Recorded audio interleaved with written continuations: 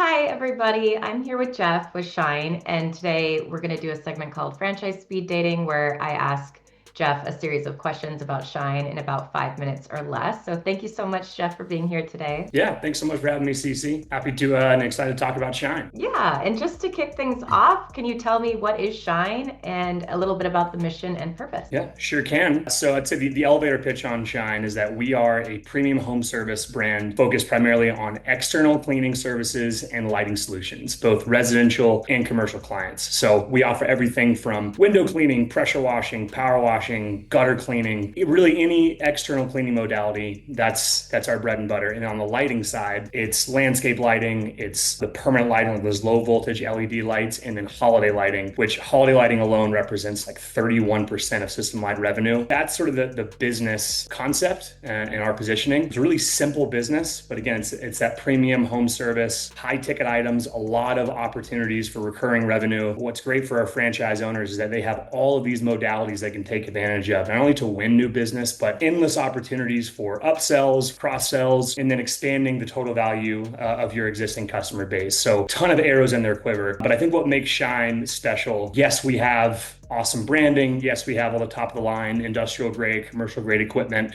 but really we are a mission driven, purpose driven brand. This brand is one that's built, we like to say, built on heart and hustle. That's really our X factor. Our NPS score, if your audience is familiar with that, net promoter score is 88.2 system wide, which is really unheard of in the home service category, and that puts us in elite category in business in general. So we bring those mission driven, purpose driven values to the marketplace. Shine is for operators that want to build and scale a really successful business, but do it the right way. They want to be involved in the community. They want to make an impact in their community, in their neighborhoods. And so Shine's a great avenue to do that. Who typically are the customers of Shine, and how does Shine help a franchisee acquire those customers? That's one thing that I absolutely love about this model is that it's a really healthy mix of both commercial and residential. So right now it breaks out in the system 80-20 or 70-30 B2C versus B2B. And because of the nature of our services and also the nature of our equipment, every household and every potential commercial building, save for your giant skyscrapers, are potential Shine customers. When we're mapping territory, what I'm primarily looking at is how many households have an annual income of 125,000 or greater. We know sort of minimum viability there. So you're looking at upper middle class, upper class residential customers, and then really any commercial building. So from schools to hospitals to multi-use office spaces, multifamily apartment complexes, there's endless opportunity. And I would say a couple of ways that we help and support our franchisees. We've got a really robust digital marketing infrastructure that we'll deploy, both from a launch strategy that's really sophisticated to ongoing marketing partners that they can leverage. We have a really, really scrappy ground game because I think there's no replacement for being, a mayor of your community and out there and leveraging those personal relationships. But I don't think you'll find a more comprehensive and robust training infrastructure and support infrastructure from any home service concept out there. If you can find one, let me know because I've yet to find it. And so we have our training is 20 weeks in total. Our owners are open and operational within 8 weeks of starting that training. So they go in eyes wide open. And so we're making sure that they have a North Star. There's no guesswork. We've got really, really clearly defined phases of growth down to the number of estimates they need to provide each month to hit certain revenue targets before they scale, before they grow. The infrastructure is in place. We give them the playbook and they just have to go run the play. Wow, that's incredible about the training. I didn't know that. What are you typically looking for in a candidate? Who makes a good owner of Shine? Yeah, another good question. I'll spare you of all the brand personas that we've created, but really I think it comes down to regardless of someone's background, like I mentioned at the top, heart and hustle. That's what our brand is built on. We say all the time internally, we're looking for folks with Lions mentality. The Shine, while we have a great branding that pops and it's a really professional level service we're providing,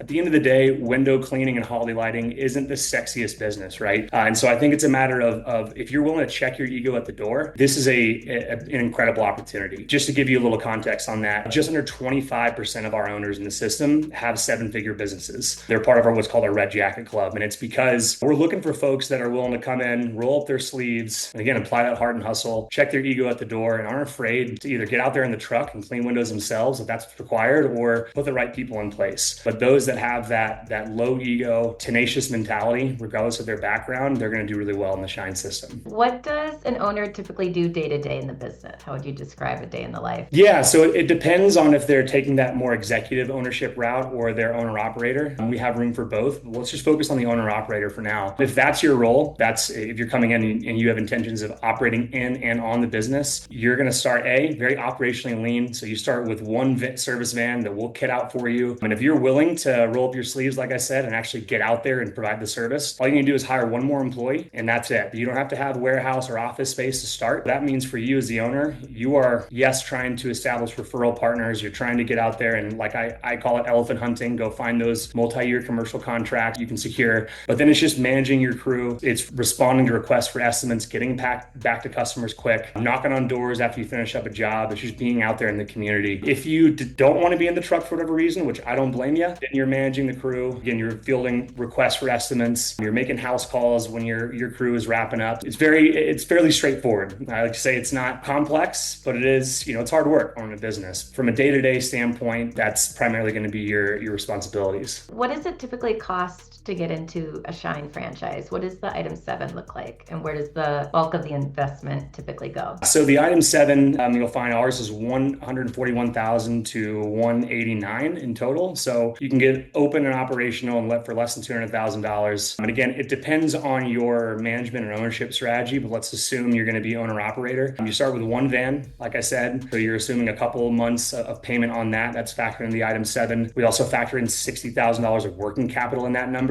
So you can start to see that what you're actually spending it on starts to whittle down fairly quickly. It's going to be your initial startup package. Like I said, when you purchase that initial van, we're going to kit it out for you with all of the equipment that you need to actually operate your business. So when you come up to week 8 of our training, that's already handled. Keys in there ready to go. You can start operating your business once you get back to your territory. Beyond that, like I mentioned, there's no requirement for warehouse or office space year 1. So you can start with a couple hundred square feet of storage space and then you're ready to go. The only other item is that there is a requirement to secure and convert a vehicle for sales activities 60 days after you've been operational. But otherwise, really, really operationally efficient, really lean to start, allowing owners to make sure we're trying to shorten that ROI timeline as much as possible. Thank you so much. This has been excellent. I've learned personally a lot about Shine today, so I appreciate you taking the time to answer these questions with me. And I know Lisa will be doing a deeper dive with you in the future, so we'll be sure to link that in the description of this video so that candidates can check out that as well. So thank you so much, Jeff, for teaching us about Shine today. Yeah, thanks so much for the opportunity. I really enjoyed it and